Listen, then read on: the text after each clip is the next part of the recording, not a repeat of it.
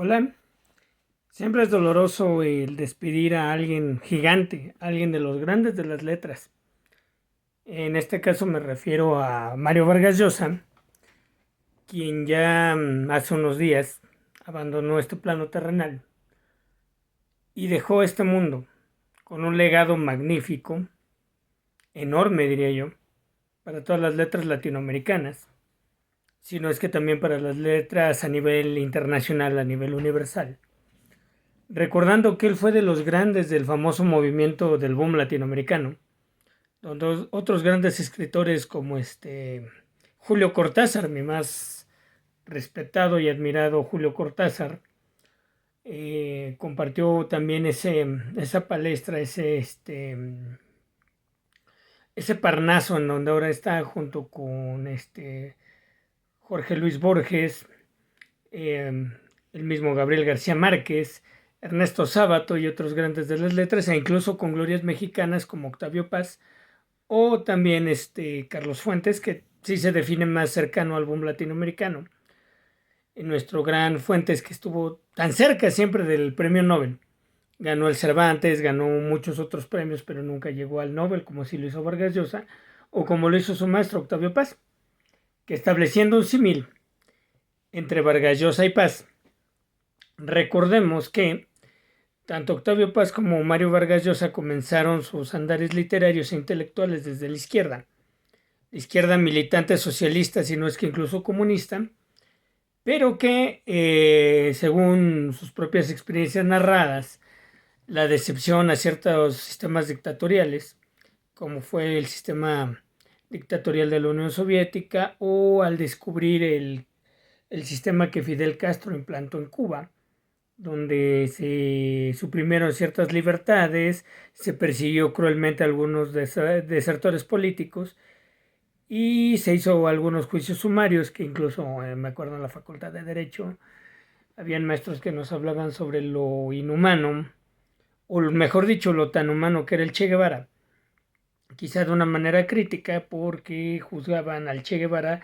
desde, y a la Revolución Cubana en general, desde conceptos espaciotemporales actuales y no desde su realidad política, económica, cultural, social, política, etcétera, perdón si he repetido, donde se podría entender ciertos movimientos aún con la invasión o las posibles invasiones del imperialismo yanqui a la isla,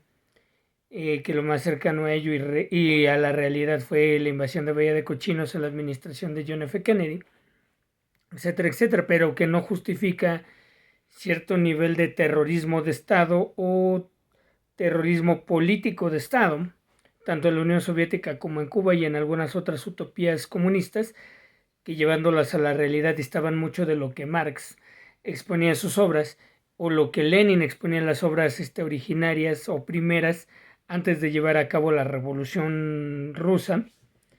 y que cuando llega Stalin todas las pesadillas de la realidad socialista vuelta en una dictadura política, económica, social, se volvieron realidad y que llevaron a muchos intelectuales, entre ellos Vargas Llosa, a separarse de la utopía socialista y del modelo marxista reinante en esa época, hablando de los 60, 70, pero que, sin embargo, tenemos que saber separar al genio detrás de las letras, a Mario Vargas Llosa de las novelas, como La tía Julia y el escribidor, Los cachorros, Conversaciones en la catedral, La ciudad y los perros, qué sé yo. Eh, Tantas obras que encumbraron a Vargas Llosa como una de las plumas más consagradas de la historia de la literatura latinoamericana y al cual yo admiro como escritor, que quizá no sea mi favorito en lo personal como si lo fue Julio Cortázar, y que con Cortázar pasa lo contrario, que me encanta su estilo de letra, su literatura, su poesía incluso, que es un poco melosa y más distante de los que consideraría quizá poetas más favoritos, como podría ser Jaime Sabines, Mario Benedetti, o incluso pensar en un Salvador Novo o en un Pablo Neruda después de los 20 poemas de amor y una canción desesperada, que ya no es tan rosa y tan cursi quizá. Bueno, Mario Vargas Llosa hay que separar sus letras, su obra literaria o meramente literaria, de su ideología política, que cierto es, denunció crueldades, dictaduras, cosas que no se pueden justificar ni racional ni políticamente, de los regímenes de la Unión Soviética, de Cuba o incluso de los países periféricos de la Unión Soviética. Pienso en Rumanía, Albania, República Checa y Eslovaquia, que en ese entonces era Checoslovaquia, donde incluso otro grande de las letras, como fue Milán Kundera, tuvo que huir después de la primavera de Praga, donde el Ejército Rojo entró en la ciudad de Praga, capital en ese entonces de Checoslovaquia, del país entonces llamado Checoslovaquia, y reprimió todo lo que se pudiera. También pienso como el Ejército Rojo no nada más pisoteó la resistencia hacia un socialismo inteligente, no solo en República Checa, sino también en Yugoslavia, en la gran Yugoslavia, que hasta hay un meme que dice que cuando te pones la bandera de Yugoslavia como capa no va a faltar tu amigo que se siente de la OTAN y te va a reprimir por llevar la bandera de Yugoslavia. Pero bueno, todo esto que llevó a Vargas Llosa a separarse del proyecto socialista, sin embargo lo llevó hacia el extremo opuesto o totalmente opuesto al marxismo, para dejarse llevar por una ideología neoliberal y recalcitrante, aberrante, que lo llevó incluso a defender lo indefendible también del otro lado, como son los bancos, como son las ciertas represiones de el mercado y del capital en contra de las clases bajas, y seguir teniendo estas ideas clasistas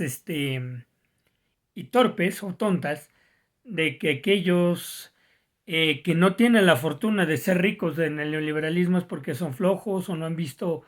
la oportunidad de ser emprendedores y dejarse llevar por el emprendedurismo y ser de esa visión de tiburón depredador y arrasar con todo, cuando realmente lo que hay que tratar de ver es el regresar a una cierta idea de protección hacia el otro, si no en un socialismo, al menos en una idea del bien social, del bien común, y tratar de ver al otro, como decía Manuel Levinas, como el reflejo tuyo ante el otro. Que bien dice ese dicho que lo que no te cuadra te checa, ciertamente el otro es tu espejo, y nos hemos olvidado, al menos en la cultura neoliberal, de pensar en el otro. En aquel que ha caído en desgracia, pienso mucho en un capítulo que vi de los Looney Tunes donde Bugs Bunny lleva un pingüinito al Polo Sur. Este capítulo es entre guerras, entre la Primera y la Segunda Guerra, en la época de la Gran Recesión en Estados Unidos. Y le dice un hombre, un cuate muy modesto en su forma de vestir, con la barba dejada, y que se ve que no ha podido llevar una vida decorosa en mucho tiempo. Y le dice, ¿tendrá una ayuda para un compatriota americano que ha caído en desgracia? Creo que algo de lo terrible que la dictadura neoliberal, que como también hablando como Vargas Llosa era una dicta blanda, porque no nos damos cuenta de la dictadura en la que vivimos, porque estamos sumergidos en el consumismo, en la inmediatez, en los comerciales, en la vida de lujos, cómoda, pero ficticia que nos da el sistema crediticio neoliberal, endrogándonos cada vez más en deudas y deudas con los banqueros que nos chupan la sangre, nos absorben la vida y nos hacen vivir esclavos de nuestras deudas, perdón, y del sistema monetario. No nos damos cuenta que ahí está el otro, que está sufriendo, que vive el hambre, que vive la miseria, que vive la explotación capitalista, el no saber qué se va a llevar mañana a la boca o a la mesa por tratar de llevar una vida digna para sus hijos, para su esposa o esposo y para los demás que dependen de esa persona. Es lo que no nos hemos puesto a pensar. Y que la derecha inteligente también, no es nada más la derecha fanática, sino también la inteligente como Mario Vargas Llosa, en ese discurso neoliberal en defensa a ultranza filosófica y social de un sistema bárbaro, inhumano, desquiciado, terrible, que nos absorbe hasta la última gota de sangre, no se dan cuenta que ahí está el otro. Y me duele el haber perdido a alguien gigante de las letras, una mente brillante que no regresará en el campo literario, como es Mario Vargas Llosa, que ni su heredero Álvaro Vargas Llosa tiene ese talento y esa fortaleza en su literatura, que estará siempre entre los grandes. Y ya grandes nos quedan pocos, por ahí todavía sigue vivo Fernando Vallejo. Quizá ya de los nuevos talentos, aunque no son del boom latinoamericano, pero buenos talentos latinoamericanos, está Rocangoglio, está Volpi, Jorge Volpi, muchos otros grandes autores, pero que la pérdida de un grande de las letras siempre es una pérdida dolorosa, que lastima y que duele, y que quedará la discusión que tomó con nosotros, las luces que aportó a la derecha y a la discusión inteligente de derecha ahí quedarán. Le doy gracias en su eterna columna en el Eterno Oriente por todas las luces que aportó y espero que esas luces no se apaguen nunca y que su aportación intelectual en el campo de la literatura y por qué no de la política queden para siempre. Y les recomiendo que leamos, sigamos leyendo la literatura mexicana de los latinoamericanos, la literatura universal, pero que en lo personal tengo un gusto intelectual muy exquisito por el boom latinoamericano, al cual se los recomiendo a todos. Y esperemos que este domingo 20 de abril de 2025 eh, podamos seguir pensando, discutiendo. Les invito a dar like, a dejar sus comentarios, a compartir esta sencilla columna con sus amigos para que cada día seamos más y seguir aportando esta discusión, que es bueno, seguir platicando acerca de lo que México necesita y América Latina necesita para seguirse transformando, más ahorita que estamos en un vaivén donde Noboa vuelve a ganar, pero donde la izquierda parece estar resurgiendo más fuerte que nunca en otros lugares de Latinoamérica, pero que necesitamos estar atentos siempre a esa discusión y tratar de optar por lo mejor para nuestras patrias, para México y para toda América Latina, en total libertad democrática, que cada quien pueda